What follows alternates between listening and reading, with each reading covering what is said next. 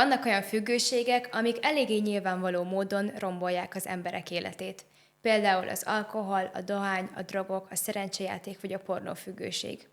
De vannak olyan dolgok is az életünkben, amik kevésbé nyilvánvaló módon, kicsit alattomosabban, de ugyanúgy óriási hatással vannak ránk. Vajon mik ezek a dolgok, miért vannak az életünkben, és hogyan tudunk gátat szabni annak, hogy ezek hatással legyenek ránk? Üdvözlök mindenkit a Miért is Podcast következő adásában, ahol a vendégünk Káposzta Áron lesz, aki végzettsége szerint építész, de most nem a munkájával kapcsolatban fogjuk kérdezni, hanem a hétköznapi bálványaink témakörről fogunk beszélgetni. Szia Áron, örülök, hogy itt vagy. Szia Rebeka, köszönöm a meghívást, és köszönöm, hogy itt álltak. Mi az, amit még így elmondanál magadról a nézőknek? Hát, szeretem elmondani azt, hogy a délvidékről származom, Szabadka környékéről. 2 gyönyörű lánya van, és egy még gyönyörűbb feleségem. Már most lassan több mint 25 éve élek Magyarországon. Itt tanultam, és hát itt végzem azóta a munkámat. Örülünk, hogy itt vagy a podcastben, és hát én már láttam előre a jegyzetedet, szóval szerintem egy nagyon izgalmas beszélgetés áll előttünk. Egy korábbi adásban már volt szó arról, hogy az alkoholfogyasztásnak, a dohányzásnak, ilyen függőségeknek milyen hatásai vannak az életünkre, és ma nem ezekről fogunk beszélgetni, hanem olyan dolgokról, amik talán annyira fel sem tűnnek, hogy elfogadottabbak, de mégis valamilyen szinten befolyásolják az életünket, sőt, eléggé erős szinten is. Például arra gondolok, amikor mondjuk túlságosan sokat foglalkozunk a kinézetünkkel, vagy arra, hogy mások mit gondolnak rólunk, vagy nem tudunk leállni a munkával, munkaholisták vagyunk, vagy mondjuk a telefonozás is egy ilyen modern bálvány például. Szóval ezekről szeretnénk veled beszélgetni, hogy miért vannak ezek az életünkben, hogyan alakulnak ki ezek? Nagyon különleges dolog az életünkben a függőség, és én rögtön ide sorolnám a kényszerességet is. Ahogy gondolkodtunk erről a témáról, készültünk erre a podcastre, fölmerült bennünk az, hogy vajon van-e analógia egy ősi hiedelemvilág, a bálványimádás és a mai függőségeink között. Azt érezzük, történetekből tudjuk, hogy ezek nagyon meghatározták egy-egy társadalomnak a fejlődését, beállítottságát, és én legalábbis próbáltam annak utána járni, hogy készültem erre a mai napra, hogy milyen párhuzam lehet egy ilyen ősi és elég primitív hiedelemvilágnak a modernkori függőségeinkhez, és azt a párhuzamot találtam elsősorban, hogy ezek bizony alapjaiban határozták meg egy társadalomnak, egy közösségnek, vagy akár az egyénnek is az életlátását, hogy milyen irányt szabott a saját életének, és valahol ezt tapasztaljuk a függőségekkel kapcsolatban is, hogy meghatároz bennünket a függőségünk, meghatároznak bennünket a kényszereink, és nagyon sok minden más. Szóval izgalmas dolognak tűnt az már az elején, hogy egy ilyen ősi dolog, mint a bálványimádás, ennek az analógiáján próbáljuk megérteni azt, hogy vajon van-e befolyásoltsága az életünknek, és hogy az milyen természetű. Hogy ne talán van természetfeletti befolyásoltsága az életünknek, lehet-e természetfeletti befolyásoltsága, vagy minden csak a pszichénknek és a kémiánknak a játéka, vagy ne talán mechanizmusa. Szóval ez egy alapvető kérdés, mert nagyon nem mindegy, hogy milyen választ adunk rá. Hogyha azt gondoljuk, hogy pusztán kémia és pszichológia, akkor a megoldást is a problémáinkra, a kuszaságainkra ott keressük a gyógyszerésznél, vagy a pszichológusnál. Ellenben, hogyha talán azt is vélelmezzük, hogy ne talán természet fölötti befolyásoltsága is lehet az életünknek, akkor lehet, hogy ilyen oldalon is megpróbáljuk keresni a megoldást. Szóval ezek azt gondolom, hogy alapvető kérdések lehetnek, és meghatározhatják nagyon az életünket, hogy milyen válaszokat adunk rá.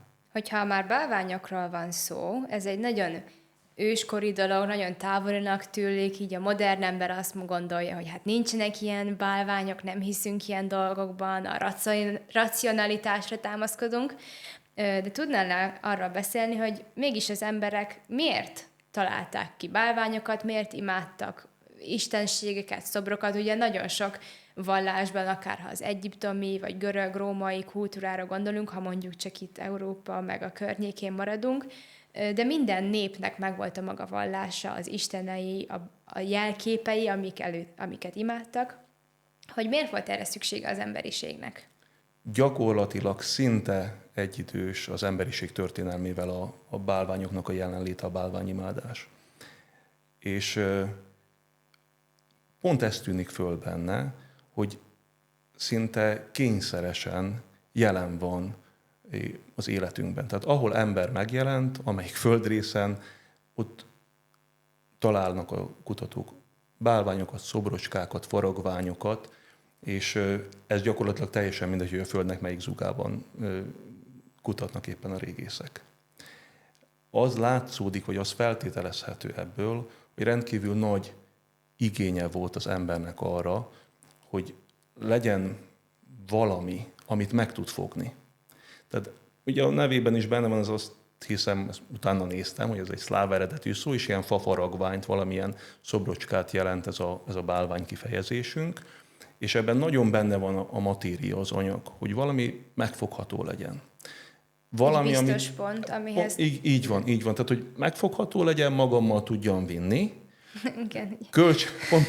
Pontosan kölcsönözzön egyfajta magabiztosságot. Szerencsehozó kis tárgyak. Az látszik, hogy valahol a saját gyengeségeink, korlátozottságunk felülírására, meghaladására próbálták használni a mindenkori emberek a bálványokat. Olyan hatalmat tulajdonítottak nekik, amikkel ők maguk nem rendelkeztek. És ezen hatalom által megpróbálták valamilyen módon befolyásolni az általuk ismert valóságot. És ebből nagyon gyorsan kitűnik az is, hogy egy nagyon érdekes partneri viszony alakul ki az emberek és a bálványok között. És ez nem jellemző az egyisten hívő közösségekre. Ott jellemzően nem partneri viszony, hanem alá-fölé rendeltség van, jó esetben. Szóval ezeknél a több istenben hívő vallásoknál mondjuk jellemző az, hogy nekik áldozatot kell bemutatni, mivel táplálják ezeket az isteneket, és hogy így nem is annyira mindenhatók ezek a bálványok? Függnek az embertől?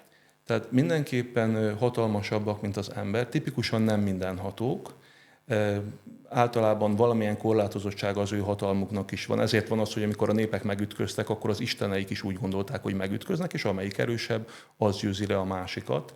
Másrészt egy olyan fajta, lehet, hogy rossz szó, de hogy olyan fajta szimbiózist próbáltak kialakítani a bálványaikkal, amiben egy ilyen adok-kapok, egy ilyen kalmár viszony alakul ki, hogy én tisztellek, én becsüllek, de igazából minden, amit teszek, arról szól, hogy próbáljalak manipulálni, téged, mint hatalmasabbat, hogy nekem jó legyen. Pontosan. És ilyen értelemben gyakorlatilag kibújik a szög a zsákból, hogy itt igazából nem az ember szolgálja a bálványt, hanem a bálvány kellene, hogy szolgálja az embert, és ez volt igazából a cél. Akkor ebben az esetben a valódi Isten az az ember? Igen, Istennek tulajdonítjuk a teremtést. Az összes bálványt ember hozta létre, ember teremtette, hogyha úgy tetszik. Vésővel, kalapáccsal, fűrésszel, amivel tudta, de az ember hozza létre a bálványt. Szóval összefoglalóan úgy tűnik, hogy a mindenkori bálványimádásnál az ember és az ego volt igazából a fókuszban, és nem az az istenség, amit akként tiszteltek. Na de rendben van, hogy így az ókorban az emberek bálványokat imádtak, meg úgy gondolták, hogy majd azoktól függ az ő szerencséjük, vagy a jó termés, vagy a termékenység, de hát most már felvilágosult korban élünk, az emberek általában nem hisznek ilyen dolgokban. Szóval, hogy az emberek a saját kezükben tartják a magabiztosságukat, nem valamilyen bálvány vagy istenségtől tartják függőnek az ő szerencséjüket, hanem magadnak csinálod meg a szerencsédet. Ezt mondjuk, nem?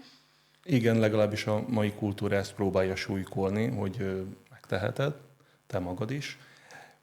Azt gondolom, hogy érdemes azért figyelni erre a párhuzamra, még ez is a mai kultúrával nagyon érdekes módon eltorzult, vagy megváltozott, inkább így mondom, mert ugyanúgy ugye jelen vannak a hiedelmeink, talán nem ennyire természetfeletti dolgokban, hanem sokkal materiálisabb dolgokban is akár. de érzékelhető egyfajta bizonytalanság nagyon sok embernél. Rengeteg mindenben bizonytalanok vagyunk. Úgy csinálunk, mintha nagyon biztosak lennénk a dolgunkban, de rengeteg kérdésünk van, sokszor ezeket ki sem merjük mondani. Szeretném megemlíteni azt, hogy a bálványimádásnak is voltak bizonyos pozitívumai. Az egyik például az, hogy társadalomszervező volt. Összetartott egy közösséget, akik ugyanazt a bálványt imádták, például azok egy közösséget alkottak, vagy egy közösségből valók voltak. A bálványimádás még föntartotta az emberekben azt a hitet, hogy van valaki fölöttünk. Hogy A 21. századi ember ő igen, tehát nem hisz a 21. századi ember még a bálványait is lerántotta a földre. Mai bálványaink sokszor ugyanúgy kiüresedtek már, mint minden más, és nem szervezik, hanem sokszor rombolják a társadalmat, rombolják a kapcsolatainkat. eltávolítanak egymástól. Igen, megfosztanak bennünket attól, hogy higgyünk vagy hihessünk a természet felettiben. Elkészítik, megcsinálják, a kezedbe adják. Ezzel ugyanúgy ki tudod terjeszteni ígéret szerint a valóságodat, a saját elképzeléseidet meg tudod valósítani. Ez az üzenet, hogy megvalósíthatod, különösen akkor, ha jelzés az is almaz a zsebedben, vagy a polcodon van, és teljesen megfosztanak attól a lehetőségtől is, hogy gondolkodj a természet felettiben. A baj az, hogy látjuk ennek a következményeit. Tehát hogy az ókori ember a kis házi altártól tette függővé azt, hogy mondjuk jó lesz a termése, addig mi attól tesszük függővé mondjuk a saját értékünket, hogy milyen autó áll a garázsunkban. De én feltenném azt a kérdést is, hogy miért baj egyáltalán, hogy ilyenek jelen vannak az életünkben, mert hogy mondjuk azt, hogy én mitől teszem függővé az értékemet, hogy milyen autóm van, vagy telefonom van, ez még ösztönözhet is arra, hogy egyre jobb és jobb legyek. Szóval, hogy ezek nem tűnnek annyira veszélyes dolgoknak, mint hogyha valaki alkoholizmusba folyik bele, és ez tényleg rombolja a szervezetét is. Miért baj, hogyha ezek a dolgok jelen vannak az életünkben? Azt gondolom, hogy ehhez érdemes egy picit mélyebbre ásni a függőségeknek és a kényszereknek a mechanizmusában. Nem vagyok még hobbi szintjén sem addiktológus, de azt érezzük mindannyian, hogy az életünket érzelmi és racionális, lelki, szellemi dolgok irányítják. A gondolataink, az érzéseink, a vágyaink, a félelmeink. És a függőségeket, a kényszereket itt betolakodóként érzékeljük magunkban is, meg hogyha másról beszélünk, ha másokat figyelünk, azoknál is. Azt érezzük, hogy ha egy függőség vagy egy kényszer belép, akkor torzítja a szabad választás lehetőségét és az egyénnek a szabad fejlődését. És emiatt nem tartjuk jónak. Tehát pusztán negatív értelemben tudunk a függőségekről és a kényszerekről különösen beszélni, mert megfosztja az embert a szabadságától, a szabadságfokától, és ezért azt gondoljuk, hogy egy emberhez méltó élet csak ezek nélkül képzelhető el. És itt a következő kapcsolódási pont, hogy ugyanez a helyzet a bálványokkal. Hogy mondhatjuk azt, hogy hát most mit ártott adnak az egyik vagy másik közösségnek, hogy éppen fából készített szobrot, vagy éppen a napot imádta, vagy éppen valamilyen más dologban hitt és bizakodott, de azt kell, hogy lássuk, hogy ezek, amikor belépnek a rendszerbe, átveszik az uralmat. És ott kezdődik egy olyan befolyásoltság, amit nem tudunk föltétlenül irányítani, legalábbis egyre nehezebb, akár csak a függőségeknél, és ezáltal egy megkötözöttségbe kerülünk. Gyakorlatilag rabokká válunk, és emiatt tartjuk rossznak ezt az egészet, és emiatt beszélgetünk róla, hogy hogyan lehet ezeket fölismerni, nyakon csípni őket, ha úgy tetszik, és adott esetben megszabadulni tőlük. Bedobnék egy olyat, hogy vannak olyan függőségek is, amiket nem bélyegzünk meg rossznak. Például minden embernek szüksége van arra, hogy vizet igyon, hogy ételt tegyen, hogy közösségbe legyen, és hogy lényegében az életünk függ ettől, hogy társas kapcsolataink legyenek, hogy akkor ez miért nem probléma, hogy mondjuk ilyen függőségeink vannak? Talán függőség és függőség között úgy tudnánk, vagy én úgy próbálnék különbséget tenni, hogy meg kell figyelni, hogy mennyiben őrzi meg a szabadságfokunkat. A fennmaradásunk érdekébe csináljuk őket, a függőségeinket is, a kényszereinket is muszáj csinálnunk, vagy nagyon szeretnénk csinálni, és tehát ugyanezért volt bálványimádás is, mert fönn szerettek volna maradni. De ez valahol egy hamis hozzáállás, nem? Mert hogy végül is nem attól a kis szobortól fog függni, hogy ő életbe marad-e, nem attól fog függni nekem is a mai világban, hogy életbe maradok-e, hogy milyen hiedelmeim vannak, vagy? Ez egy kicsit vitatkoznék vele, igen, mert valóban elvileg teljesen mindegy lenne, hogy milyen telefonnal megyek el az iskolába. Valamiért a nagylányom mégiscsak egyfajta telefonnal hajlandó elmenni az iskolába, és bár úgy érezzük, hogy nem lenne semmi baja, ha egyáltalán a telefon nélkül menne el az iskolába, de ő úgy érzi, hogy megsemmisülne, hogyha mondjuk nem olyan telefon tudná húzni a zsebéből. Ugyanehhez a helyzet mások véleményével is, hogy úgy érezzük, hogy mit számít, hogy mit mond a másik, mit gondol rólam a másik, de a valóságban de mégis szíven üt. Nagyon is számít, és pont azért, hogy fönnmaradjak, próbálom a legjobb formámat hozni, a legjobb arcomat mutatni adott esetben, vagy a leghatározottabb és agresszívebb arcomat, hogy úgy vigyem át az akaratomat, de mindenképpen és alapvetően meghatároznak bennünket ezek a dolgok, és a fennmaradásunkért csináljuk. Hát az emberi létet fenntartani, ez egy egészen fontos dolog, szóval akkor mégis miért baj, hogy ilyen dolgokhoz kötjük ezt a fennmaradást? Pontosan ugyanaz a baj vele, mint a bálványokkal. Amikor készültem erre a napra, akkor ugye ma már nem nehéz ezt, az összes szöveget, ami a Bibliában a bálványokról szól, azt így kigyűjtöttem. És ezt így egyben olvasva legalább 2 dolog nagyon-nagyon világosan kitűnik. És ami kitűnik ezekből, az pontosan igaz ezekre a hétköznapi apró függőségeinkre, szorongásainkra, amikre adunk, egyébként pedig nem kellene, hogy adjunk, de úgy érezzük, hogy nem maradunk fenn. Létkérdés lesz egy ilyen apróság is, hogy milyen telefonom van, mit mondanak, milyen ruhát, tudok-e kis sminkelni, tudok-e elég időt szánni a sminkelésre, stb. Elég izmos-e vagyok-e? A fiúkat is így van, vegyük előre, úgy van, hogy vajon kirakom-e a kezemet az ablakon egy bizonyos kocsiból, vagy egy másikból. Nem szívesen, inkább gyorsan elhúzok. Szóval ezek nagyon meghatároznak bennünket, és a 2 alapvető dolog, amit a Biblia a bálványokról mond, az egyik az, hogy röviden azt mondja, hogy ez hazugság. Tehát, hogy nem érdemes adni akkor ezekre a dolgokra? Igen, ez könnyű így elintézni, de mégsem tudjuk ilyen könnyen elintézni. Mert hogy ezek már oda benn vannak nekünk. Tehát, hogy adott esetben vágyunk arra a telefonra, autóra, jó alakra, stb. Tehát, hogy amikor már benn vannak, nem tudjuk tőlük függetleníteni, vagy legalábbis nem tudjuk függetleníteni olyan könnyen tőlük magunkat, ezért hívjuk függőségeknek. És Isten azt mondja a bálványokról, hogy ez hazugság. Mert nem ettől fog függni a fennmaradásod.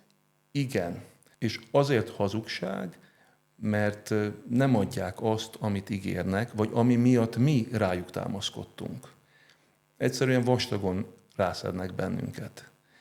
Mi azért választunk bizonyos dolgokat, az ősi népek azért választottak bizonyos bálványokat, hogy biztosítsák maguknak a fennmaradást, hogy legyen mire támaszkodniuk, legyen kihez fordulniuk, amikor megoldhatatlan problémáik vannak, és közben pedig rabokká tesznek bennünket, függővé tesznek bennünket, csökkentik ezek a dolgok a szabadságfokunkat, ha úgy tetszik, megnyomorítják a lelkünket, a személyiségünket, és azt hiszem, hogy tapasztalhatjuk minden alkalommal, amikor valami miatt összeszorul a gyomrunk, ami miatt egyébként nem kellene. És ez az egyik része a dolognak, hogy Isten azt mondja, hogy ezek mind hazugság.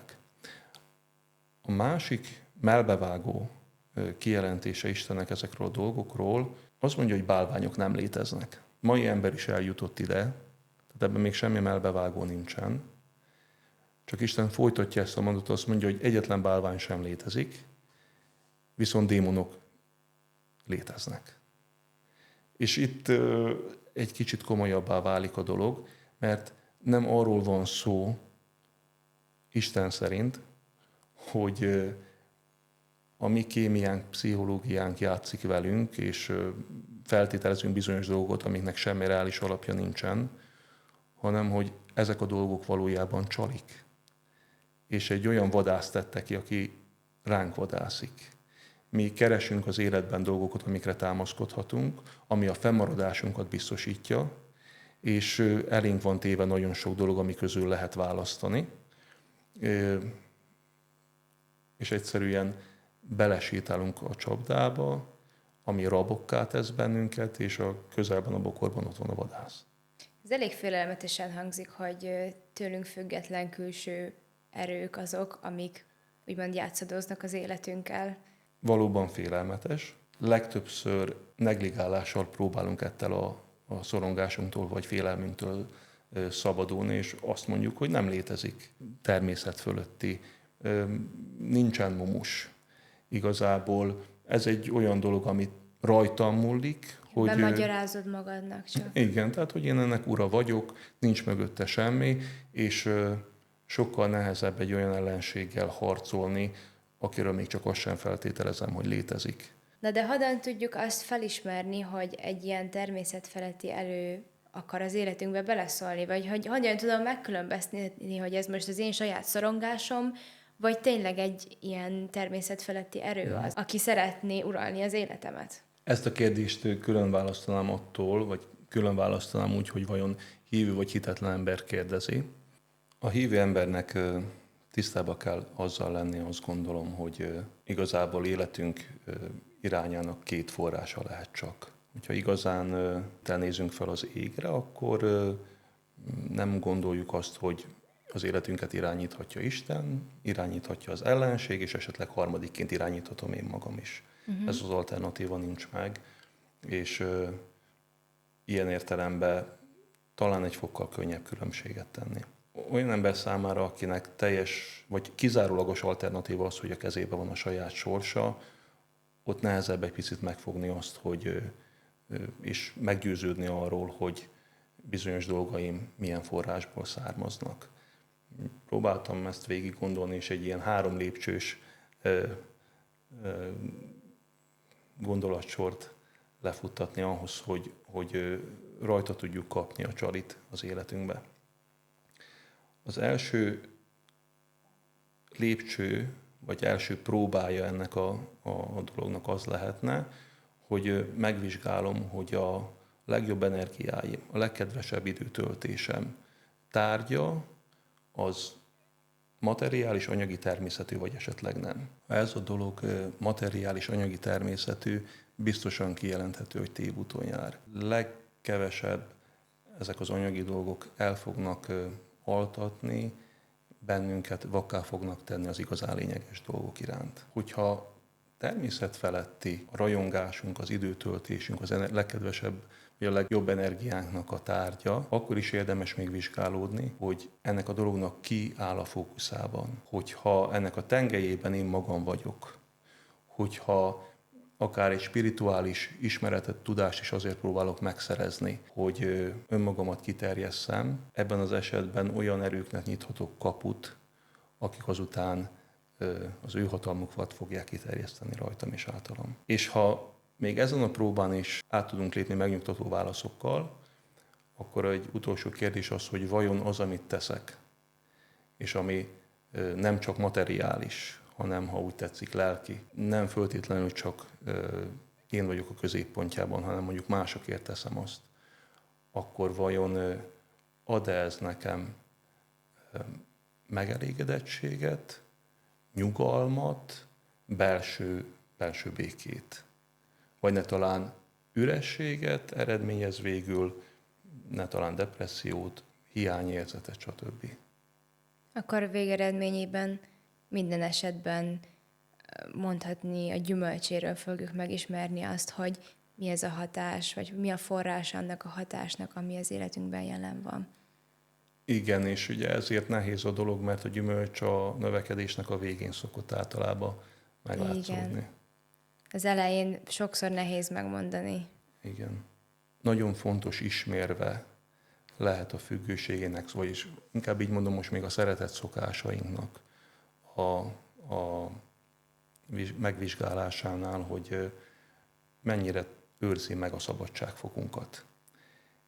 Istennek mindig lehet nemet mondani, bármilyen hosszú közös út után is. Az ellenségnek egy bizonyos idő elteltével nagyon-nagyon nehéz. És ez is egy jó szűrő arra, hogy megvizsgáljuk a dolgainkat. Tetszenek ezek a szempontok, amiket mondtál, hogy hogyan tudjuk ezt felismerni, szerintem a hívők életében is. Ez adott nekem is elgondolkodni valót, hogy így felülvizsgáljam az életemben jelenlévő dolgokat. És térjünk el egy kicsit arra, hogy ha tegyük fel, hogy megvizsgáltam az életemben jelenlévő hatásokat, a szokásaimat, a hiedelmeimet, és mondjuk felismertem, hogy valaminek a forrása az nem egy éltető forrás, hanem hosszú távon nekem hátrányom lesz belőle, akkor mégis én emberként mit tudok tenni azért, hogy leépítsem ezeket a dolgokat? Úgyból, hogyha a bálvány imádás analógiájára gondolunk vissza, akkor ott néhány archetipikus történeten keresztül azt látjuk, hogy nagyon drasztikus, tehát nem egy PC megoldást ajánl a Biblia, adott esetben azt mondja, hogy porrá kell zúzni, és még a honvat is a folyóba kell dobni, hogy vigye minél messzebbre. Még a lehetőséget is legtávolabb vetni. Tehát ha felismerünk valamit az életünkbe, ami rombol, ha van lelki erőnk hozzá, attól érdemes drasztikusan megszabadulni. Tehát látnunk kell azt, hogy ez egy hazugság. Látnunk kell azt, hogy ez csali. Látnunk kell azt, hogy ez ígér valamit, ígéri azt, hogy kiterjeszti a szabadságodat, és egyébként meg megkötözés rabbá tesz. Akkor ezzel nem érdemes úgy játszani, hogy én egy kicsit távolabb teszem magamtól, hanem hogy így teljesen meg kell szabadulni tőle. Igen. Nyilván tudja az Isten, hogy nem mindig vagyunk a helyzet magaslatán, hogy ezt ilyen drasztikusan megtegyük. Fölismertem, rögtön dobom ki az ablakon. Ez nagyon nehéz így gyökerestül megváltoztatni dolgokat. Mert hogy részünké válik. Igen. Ugye kívülről jön, és utána belülről fejti ki a hatását, és úgy érezzük, hogy bizonyos dolgokat, ha elveszünk magunktól, akkor az identitásunkból veszünk el, de látnunk kell azt, hogy a vége rabság. És ha nem tudunk ilyen drasztikusan megszabadulni ezektől a dolgoktól, Istennek van egy finomabb tanácsa vagy javaslata is. Jakab Jézusnak az unokatestvére volt lehetősége hallgatni, azt gondolom, Jézus tanításait, és őneki van, úgy tűnik, egy nagyon jó módszere arra, hogy megszabaduljunk ezektől a káros dolgoktól. Röviden mondja el, azt mondja, hogy álljatok ellene az ördögnek, és elfut tőletek. Közeledjetek az Istenhez, és ő közeledni fog hozzátok. Tehát akkor a részemről mégiscsak szükség van valamennyi energiabefektetésre. Nem lehet ezt teljesen hárítani magamtól a felelősséget, hogy valaki más tegyen rendet az életemben. Pontosan. Azt kell látni, és legalábbis én ezt ilyen képszerűen képzelem el, hogy van, ha úgy tetszik, két mágnes a vonal két végén, és a középen ott vagyok én, és akihez közelítek, az közelít hozzám. Ennek nyilván meg lehet a folyamata. Végig gondolhatom, hogy ha eddig nem igazán törődtem mondjuk Istennel, de nagyon sokat foglalkoztam hétköznapi bálványaimmal, akkor ezek közül mi az, amit mondjuk egy pici időre föl tudok függeszteni, és egy picit tudok távolságot tartani tőle, és mondjuk ezt az időt felhasználni arra, hogy közelítsek mondjuk olyan dolgokhoz, amitől azt remélem, azt várom, hogy megszabadítsanak ezektől a romló dolgoktól. És mik lehetnek ezek a dolgok? Mert ugye, hogyha most tegyük fel, ahogy mondtad, hogy ezek a bálványok, amik az életünkben vannak, akár így átvitt értelemben is, nem feltétlenül fizikai tárgyak, de hogy valamilyen szükségletet töltenek ki, valamilyen szükségletünkre ez a válasz. Igen. Tehát, hogy az a szükséglet továbbra is ott lesz, akkor mivel töltsük fel ezt az űrt, ami pedig jó lesz nekünk, és nem rombol. Erre azt gondolom, hogy a legtalálóbb választ Jézustól hallhatjuk. ő azt mondja, hogy az örök élet az, hogy megismerjétek az Istent. És még hozzáteszi, hogy Jézuson keresztül. Nincs jobb módszer a bálványaink, a hamis isteneink ellen, mint megismerni az igazi Istent. Szó szerint ég és föld a különbség. Akiknek ez igazán sikerült, azok nem arról híresek, hogy gondtalan életük lett, vagy nagyon kimagasló anyagi szinten éltek, de akiknek ebben messzire sikerült jutni, azok le tudtak győzni olyan dolgokat, mint a félelem és a szégyen például, ami motivációinknak a legmélyebben ágyazott magja. Például szelídekké váltak. Le tudták tenni a fegyvert a saját ügyeikért vívott harcban. Miközben szilárdak voltak és hitték azt, hogy más valaki küzd értük.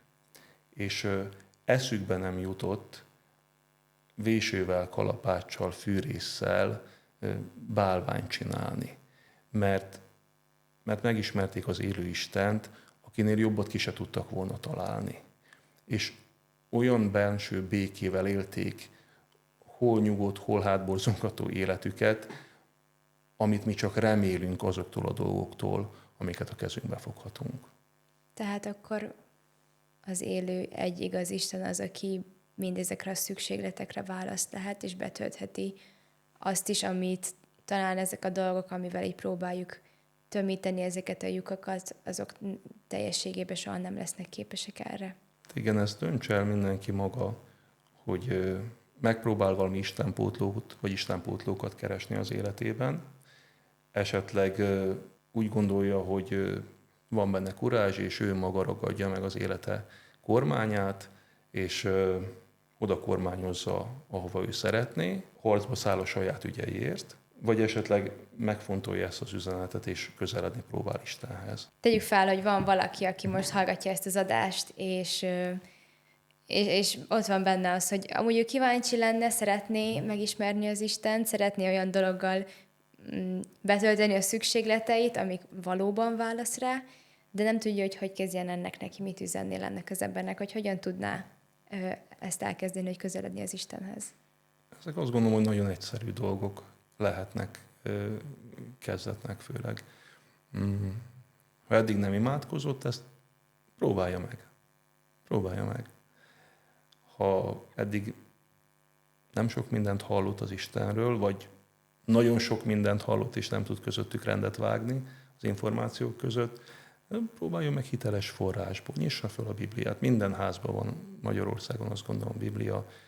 Vagy esetleg a telefonon is lehet. Nem beszélve a telefonról. Az ígéret áll, ki lehet próbálni. Közeledjetek az Istenhez, és közeledni fog hozzátok. Köszönjük szépen az üzenetet. Szeretnék én is bátorítani mindenkit, aki hallja most ezt az adást, hogy próbáljátok ki, ugyanis ebből semmi kára nem lehet az embernek, hogyha megpróbál egy lépéssel közeledni az Istenhez. Szerintem kipróbálni mindenképp érdemes, mert többet tud adni, mint gondolnánk. És köszönjük, Áron, hogy elhoztad ezeket a gondolatokat nekünk. Kommentbe írjátok meg, hogy nektek mi volt a legérdekesebb ebből az adásból, és találkozzunk a következő adásnál. Sziasztok!